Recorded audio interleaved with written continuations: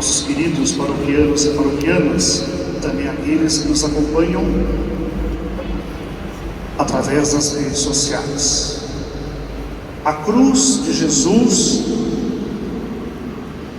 é um mistério que sempre escandalizou e continua escandalizando hoje. Nós somos convidados, a mais uma vez, há mais de 2000 anos, a nos aproximar deste grande mistério para contemplar o quão grande, quão infinito o amor de Deus por nós. São Paulo, ele fala que nós cristãos proclamamos o Cristo crucificado, escândalo para os judeus e loucura para os pagãos.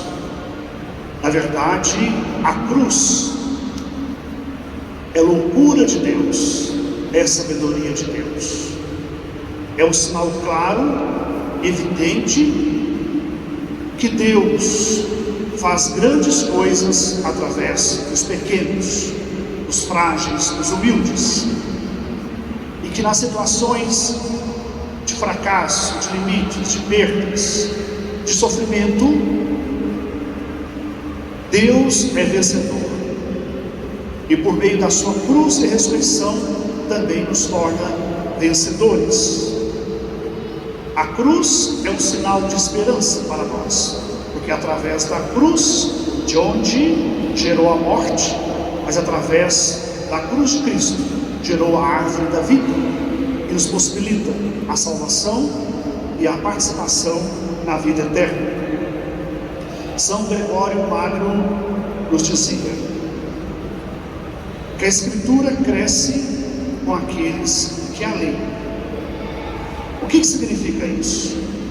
Os próprios cristãos, os próprios apóstolos ficaram escandalizados com a cruz de Jesus, terrivelmente escandalizados, mesmo depois da ressurreição.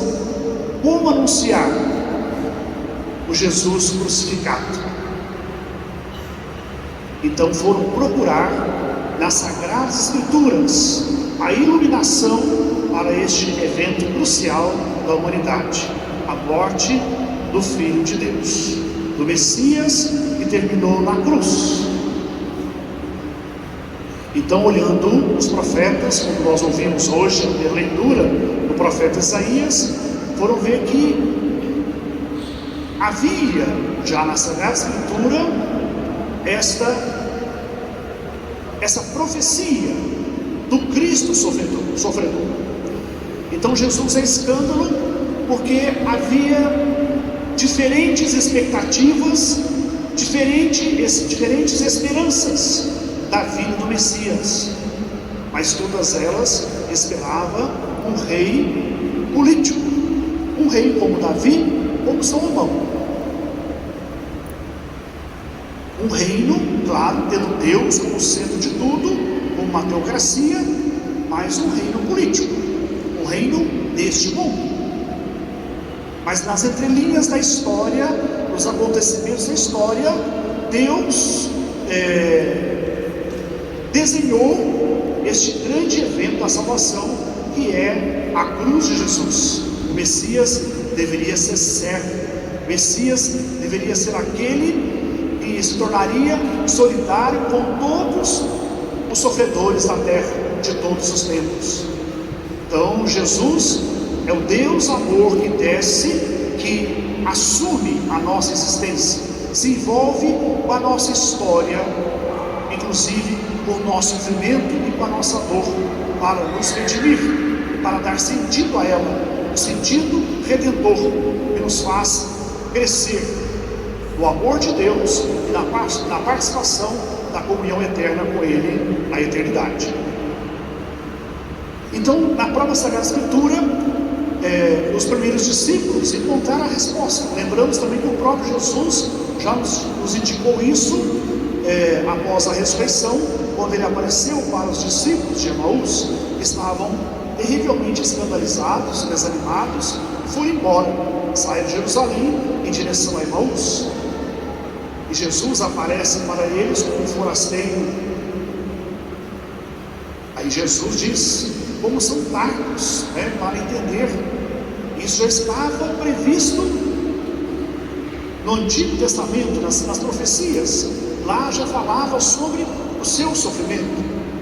Depois lembramos também do fato lá do eunuco egípcio, que também tinha lido uma leitura de Isaías e não tinha entendido, e Filipe explicou para ele. Então ele relatava sobre o sofrimento de Jesus, sobre o Messias. Então o modo de ser Messias de Jesus supera todas as expectativas, porque não somente Jesus é o Messias certo, mas Jesus é o Deus que se fez carne, assumiu inteiramente a vida humana, tornou solidário com todos os pecadores da história e com todos os sofredores. E através da sua cruz, ele emite um julgamento contra todos os poderosos que condenam inocentes, cometem injustiças, exploram e que geram mal na humanidade, porque sem saber eles estão crucificando o próprio Deus. Cada pessoa que sofre no mundo, cada pessoa que é morta, que é assassinada, cada nação que morre de fome, que padece injustiças, ali é Cristo que sofre. O corpo de Cristo continua sofrendo na humanidade.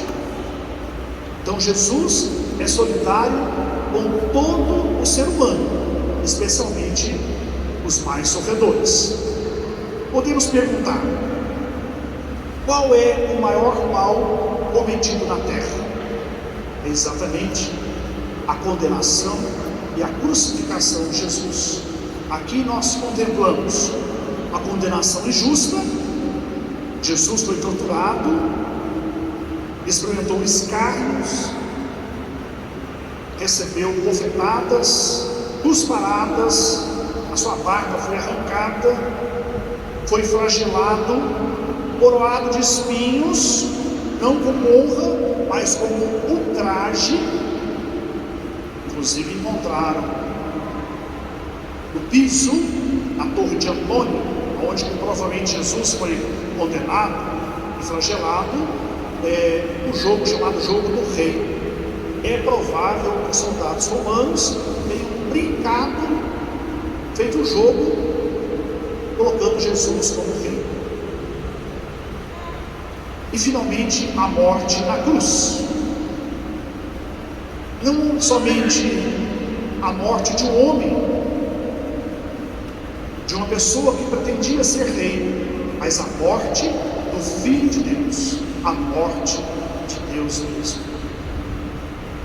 Toda a ação iníqua dos poderosos deste mundo, toda a morte de um inocente, todo o sofrimento, encontra em Jesus crucificado e morto na cruz, ao mesmo tempo a solidariedade de Deus e a condenação de todos os que praticam a maldade. Cada inocente morto injustamente é ao próprio Deus que estão matando. E poderíamos perguntar: e qual é o sentido da cruz? Por que Deus permitiu isso? Para entender o sentido do sofrimento da cruz, precisamos olhar um pouquinho para o nosso sofrimento.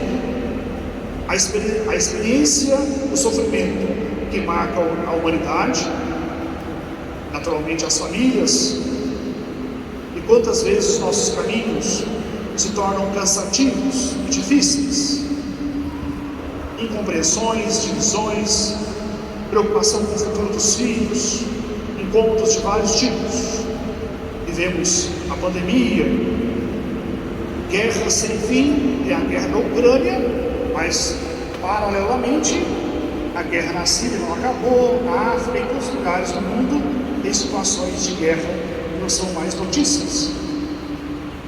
Então nós vivemos a precariedade da existência humana.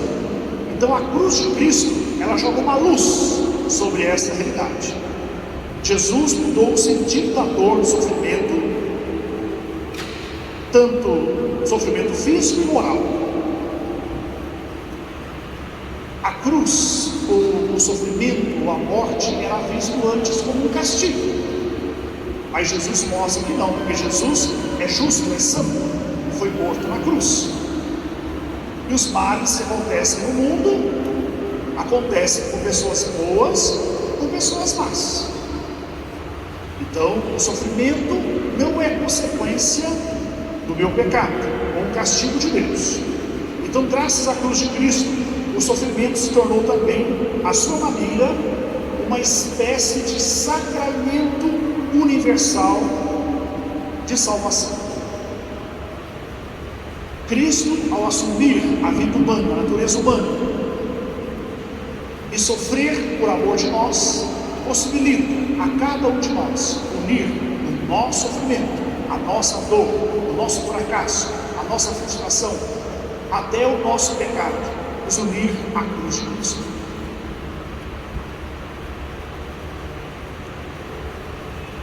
Deus, através das situações de decepções, de catástrofes, de pandemia, Ele quer nos mostrar o quê? Que nós, sem Deus, não somos nada. Um pequeno vírus pôde dobrar a humanidade, a sua autossuficiência, a sua arrogância de querer caminhar sem Deus. Então o sofrimento, ele pode possibilitar a cada um de nós a humildade de reconhecer que sem a graça de Deus eu não posso ser bom, eu não posso ser santo, eu não posso me realizar plenamente como pessoa humana. Mas não esqueçamos, Deus sempre é o nosso aliado. Deus não quer o nosso sofrimento, mas como o pecado entrou na humanidade, a maldade também, então Deus é aquele, como diz Santo Agostinho, Ele, por ser soberanamente bom, nunca deixaria qualquer mal existir em suas obras, se não fosse bastante poderoso e bom para fazer resultar do mal o bem. Então, o mesmo Jesus, mesmo Deus que chorou pela morte de Lázaro, seu amigo, Ele também chora por nós, se envolve com a história de cada um de nós. Deus nos ama e nos ama apaixonadamente. Nos diz o profeta Zacarias: derramarei sobre a casa de Davi e sobre os habitantes de Jerusalém o espírito de graça e de consolação. Eles olharão para mim, para aquele a quem transpassaram.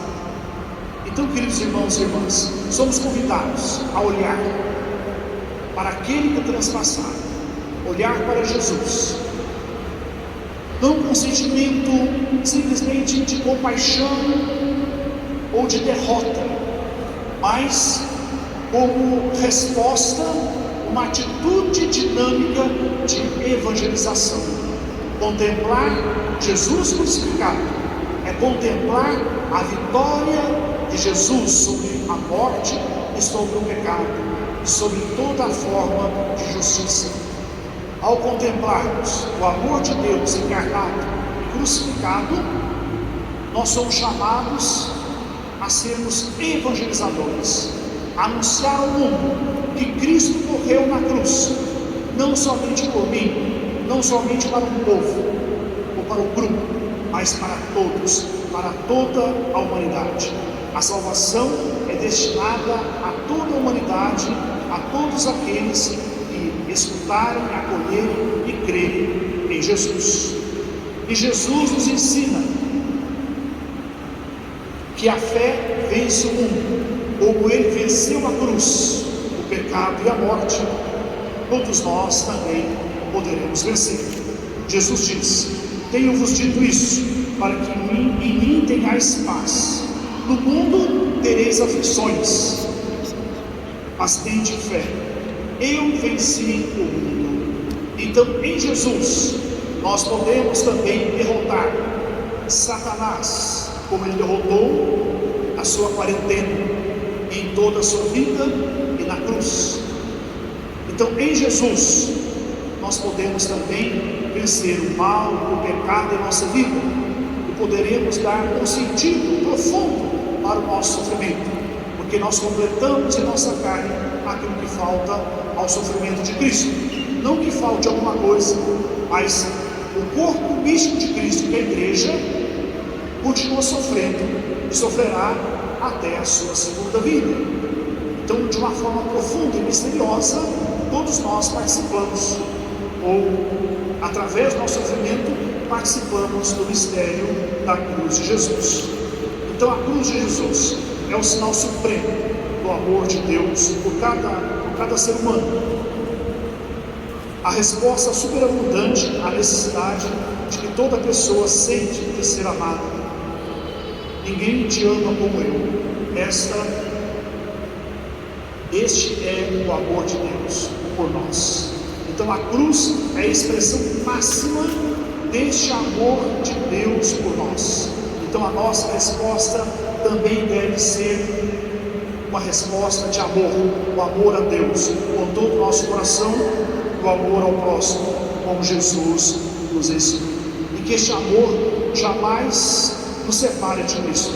São Paulo também já dizia: quem nos separará do amor de Cristo? A tribulação, a angústia, a perseguição, a fome, a nudez, o perigo, a espada. Em tudo isso somos mais que vencedores, graças àquele que nos amou. Então, o que significa? Por mais que eu tenha dificuldades, desafios, perdas, sofrimento em minha vida, se eu me unir a Cristo, eu serei vencedor. O sofrimento não me esmagará. Nada neste mundo me separará do amor de Deus. Mas é preciso viver uma vida segundo o que Jesus nos ensinou. Viver uma vida em união, em comunhão com Ele, sempre procurando fazer a vontade de Deus. Então, o mistério da paixão, morte e ressurreição de Cristo encoraja-nos, mesmo nas dificuldades, a continuar caminhando na esperança. Concluindo, na cruz já brilha o esplendor vitorioso da alvorada do dia da Páscoa. Na paixão e morte de Cristo, somos tocados pelo amor de Deus.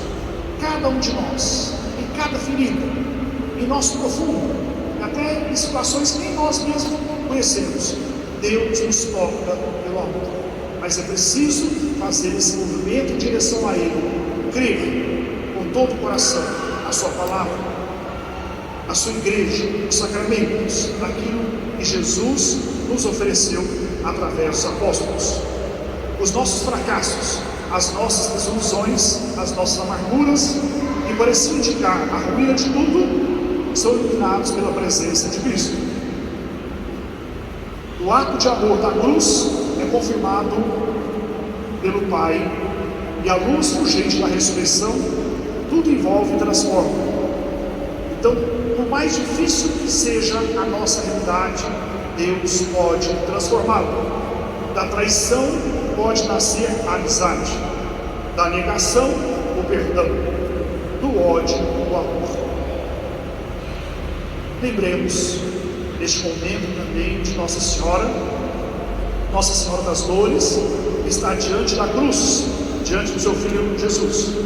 Ouviremos a Mãe de Cristo, ela que acompanhou o seu Filho ao longo da via dolorosa, ela que esteve aos pés da cruz na hora de sua morte, ela que encorajou a igreja, conduza os nossos corações, os corações de todas as famílias, através do mistério da paixão, rumo ao mistério pascal, rumo à luz que irrompe da ressurreição de Cristo e manifesta a vitória definitiva do amor, da alegria e da vida sobre o mal, o sofrimento e a morte.